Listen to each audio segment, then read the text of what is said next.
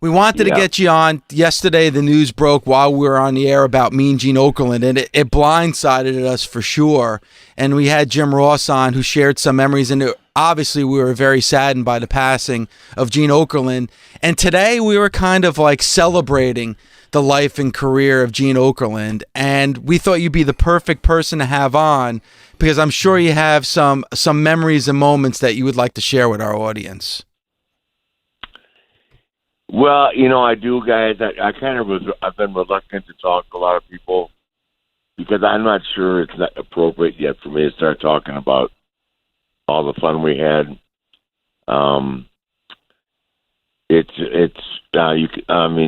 Bubba knows me forever. He knows that, whatever I've done in my life, I've had fun. Let's just say I've had more fun on strictly a social level, but, we contributed to each other's health issues. Let's put it like that. But we had, God, so much fun. And, not just fun, but quality time. And I just, even when I wasn't with Gene, if he was at a Comic-Con or a signing or, we just always got together. WrestleMania, the most important thing for me, aside from stuff with my daughter as of recent, but was Wendy and I finding Gene and, enjoying each other socially. So just tremendous relationship, great guy. It's not even arguable as to whether or not he's the best in-ring announcer. I don't mean, like Jim Ross is calling the matches, but if the guy didn't have it, if the guy got lost or the crowd wasn't reacting, Gene could save a promo. He could bring wit and humor to it. He could articulate. He was extremely intelligent, and Bob, you know him real well. He just, I've never seen Gene upset or down. He just always, carried momentum and excitement. And, if I knew I had a 2-minute or a 3-minute interview, which back in the old days, we got that kind of time, I knew the show was mine. I didn't have to wrestle if I had 3 minutes in the ring with Gene Okerlund to have fun with the crowd, or entertain them. So I just can't say enough about him. I mean, it's not a rap on anybody today, but you're just not going to find someone like him. People aren't. I just haven't seen anybody. Even if we don't talk about that, the announcing or the role that people like that play enough. Like we used to focus on Gordon solely and Gene and Jim Ross, and now because the role doesn't seem to be as important, and not because the guys aren't good. It's just that they aren't featured. Gene was a featured part of every show, in my opinion.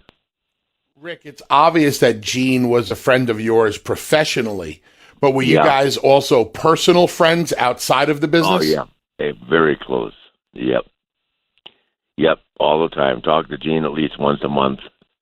And we were just about to do a deal together, like a 20-city tour, and his health just wouldn't permit him the traveling. He had, I'm not sure what it was, that was causing him to retain fluid, and he had a number of health issues that just finally ganged up on him. Like we just did our own thing. We didn't listen to advice. We didn't. Doctors was a doctor, no, right? He's just not a wrestler. And Bubba can attest to that. If you listen to your doctor, Bubba and I'd be, doing something else, sweeping the street, instead of being where we are at in life, So, I was. He's had, a couple of kidney transplants, and it's my. I'm told that he fell and took a bad hit, and that's what put him in the hospital. And I've never heard. I'm waiting to hear today what finally got to him, but I can tell you this: that I'm here with Wendy. Wendy just talked to him 2 weeks ago. he was always laughing and having fun, and he'll always be remembered as, to me, just the most entertaining guy outside of the wrestlers themselves ever in the history of the business. Nobody even close. And Rick, the one thing as a fan yesterday and this morning is that I was pleasantly surprised by all the major outlets that talked about Mean Gene. It wasn't just, the wrestling websites and people like Bully and I talking about it. You saw it was all over ESPN and Yahoo. I mean, he really did have an influence on people. Well, he was our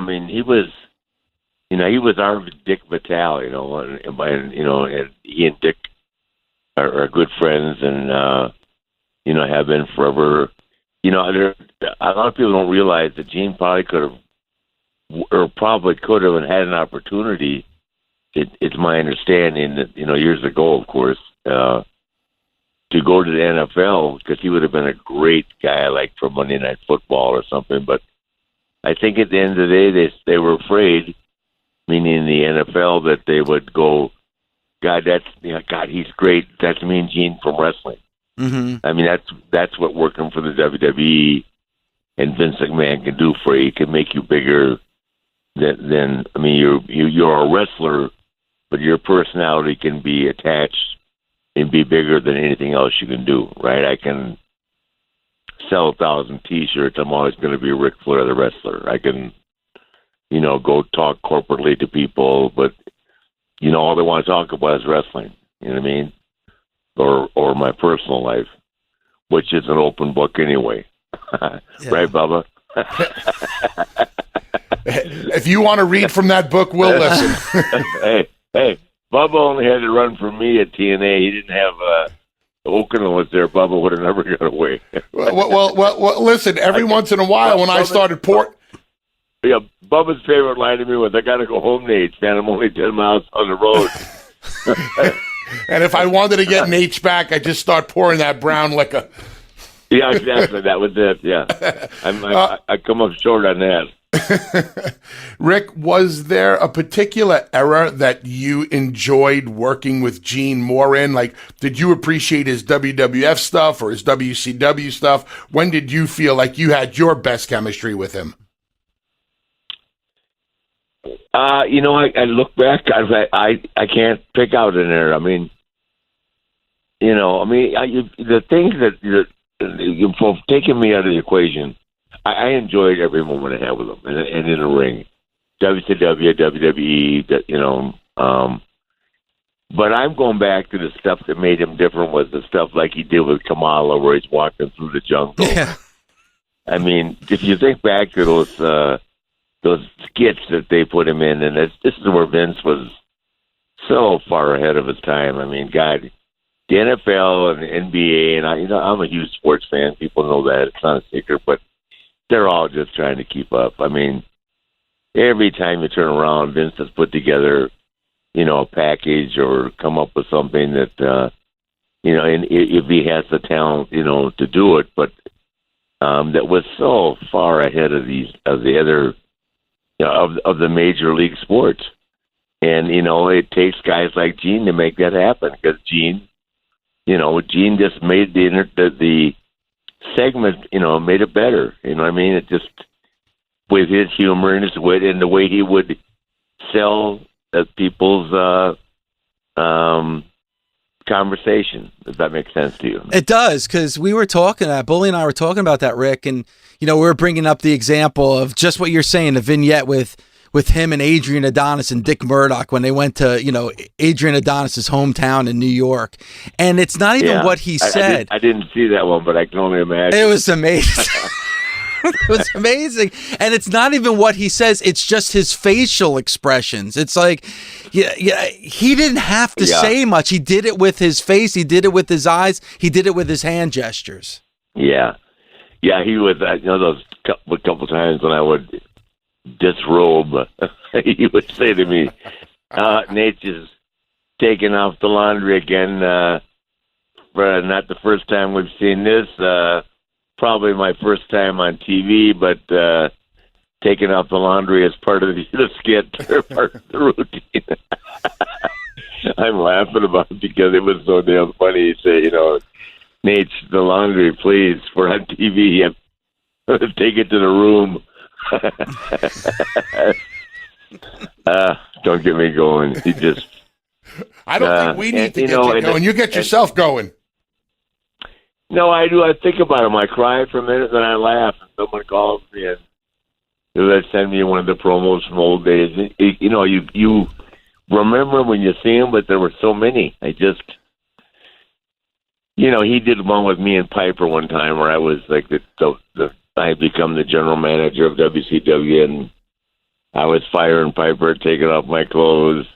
Gene was standing between us. It was, you throw Roddy Piper into the package, and you wonder why things become historical. You know what I mean?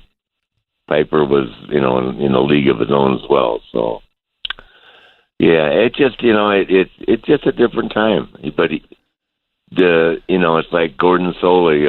Gordon he was the greatest straight guy there is. Does that make sense? Yeah, of course, Gordon, definitely. He was like Pat Summerall. Yeah, but then, on the way down, after TV, we'd go to Tampa for the Bayfront Center for, where I had an hour that night with Harley or Dusty or somebody, and and that Bobby Heenan. When I started following him on my face, Bobby said, "It's what called us to Gordon." Yeah. Don't think Gordon didn't have one or two on the way. Yeah, he enjoyed his life too, but God bless him. Yeah, and you know what? JR said that yesterday. He said Mean Gene enjoyed his life every single day, and he seems to be like one of those unique people in the wrestling business, Rick, correct me if I'm wrong, who there aren't anybody, we haven't found anybody that has anything negative to say about Gene Okerlund. No, I don't know who it could be, He didn't, Gene wasn't the guy that walked around and talked behind people's backs. If Gene had something to say and it was something negative or, he said it in a very quiet space to very few. He just had an upbeat approach to his life, and beautiful kids, beautiful wife, Jeannie, like every wrestling wife, survived the travel and the road that we all endure, and she was his rock. She never left his side, and they moved down to Sarasota, and Gene they have a beautiful home there, and they have a beach house on Siesta Key, which is a real exclusive area. And so, I just think about Gene, and I almost put my boat down there for a summer. Then I started weighing. I started weighing the pros and cons of drinking with Gene every day at the country club. The country club here in Atlanta that Wendy has her house about killed me like a couple of years ago. Bob, you know me. If I can find someone to talk to, I can make friends real fast. Real fast. and Gene's like me. That daytime drinking works. I just don't play golf. His excuse was golf, but Jesus. You remember the great catcher from the Boston Red Sox? I'm going back. He's a Hall of Fame guy. Carlton Fisk? Fisk? Yeah. Don't think Gene didn't get him a DUI ticket driving around the country club. Rick, we really appreciate it. I know time is short. We always appreciate you making time for our show and coming on with us and sharing some memories about a legend in Gene Okerlund. We really appreciate it. Thank you so much for the time. Thank you. You guys have a great New Year, Bubba. Continued success. Give Devon my best to your lovely wife, and you guys have a great 2019, okay? Thanks, Rick. Thank you, Rick. Thank you for coming on. We love you. Thank you for all the respect. Love you guys, too. Bye-bye. All right, bye-bye.